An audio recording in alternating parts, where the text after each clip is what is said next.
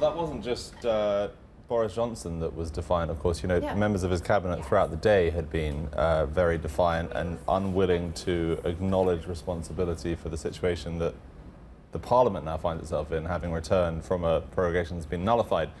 I watched hours and hours and hours of this. It was incredibly angry inside that chamber, and I just wanted to give you guys a quick taste of what we saw from the Prime Minister and what we saw from backbenchers. Justine Greening, she was a member of his party till 3 weeks ago. She asked this question.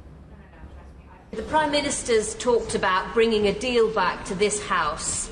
He's also talked about his respect for the law and agreeing to make sure that he complies with the law.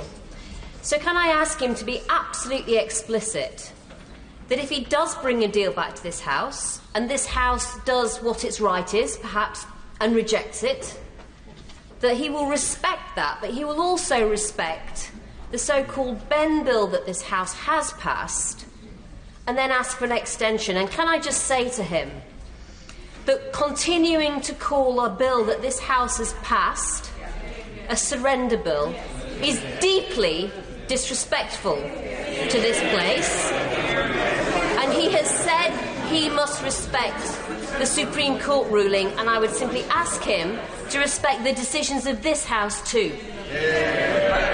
I must say to the Right Honourable Lady and my friend, the Right Honourable Lady, who I've worked with happily over many years, that actually I do think that the Surrender Act has done grave damage. What it would try to do, I speak as somebody who has to sit in.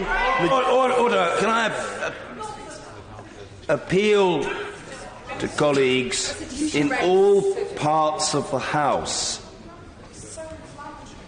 to calm down and let's have the exchanges. Everybody must speak in terms that he or she thinks fit, and I know we're all conscious of the premium that is placed by Erskine May on moderation and good humour in the use of parliamentary language. The Prime Minister. Mr. Speaker, I repeat that the experience of negotiating with our European friends and partners over the last few weeks has, I'm afraid, confirmed me in my view that the Surrender Act has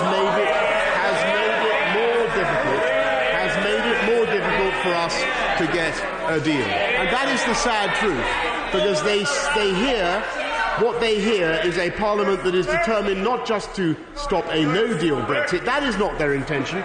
Their intention is to stop any kind of deal at all. That is what they want to do. And I can tell my right honourable friend that we will come out of the European Union on October the 31st. So the really big point from what he says there is that he will leave on October 31st. We've heard that again and again and again. And that he would essentially ignore the legislation that has already been passed by the House. A more explicit moment came at the very end of the evening. A Labour MP asked him if he doesn't get the deal through the House or a no deal through this House by October 19th, will he seek an extension from the EU to the 31st of January? That's part of the legislation that's on the statute books. He answered with one word, no.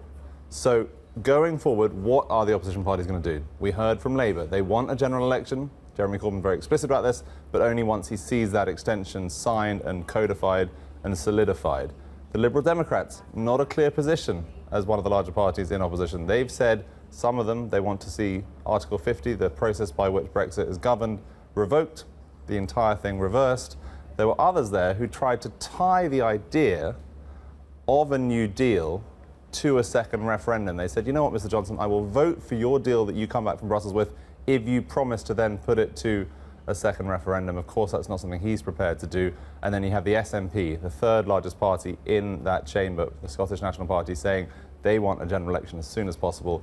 They're asking the other parties to unite with them to make that possible, and that would mean a vote of no confidence in the Prime Minister, a potential caretaker government briefly to take the country to an election. So still a deadlock, same situation that we've had for many weeks and months. I think what was interesting, though, in that conversation we saw in the chamber was an attempt to almost push back against this strategy of communication from Boris Johnson, railroading through some of the measures we've seen that were considered unlawful, but also in his language. And he was called out for the use of very strong language where MPs have been saying, well, hey, this polarising language has created death threats it's meant that we're being attacked in our own constituencies. And do you think that means at some point we will get a change in strategy, a change in the communication from the Prime Minister? Clearly, based on what he did last night, he seems to think this works for him ahead of an election. You had female MP after female MP after female MP stand up, say, please stop using this incendiary language.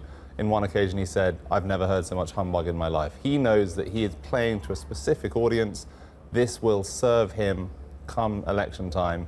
And it doesn't look, based on last night and yesterday afternoon, that he or his closest cabinet ministers are going to back away from that position. Hi, I'm Joanna Bersecci, and thank you for watching. You can check out more of our videos by clicking on the boxes on the screen. And don't forget to subscribe to our channel for more from CNBC International. Thank you for watching.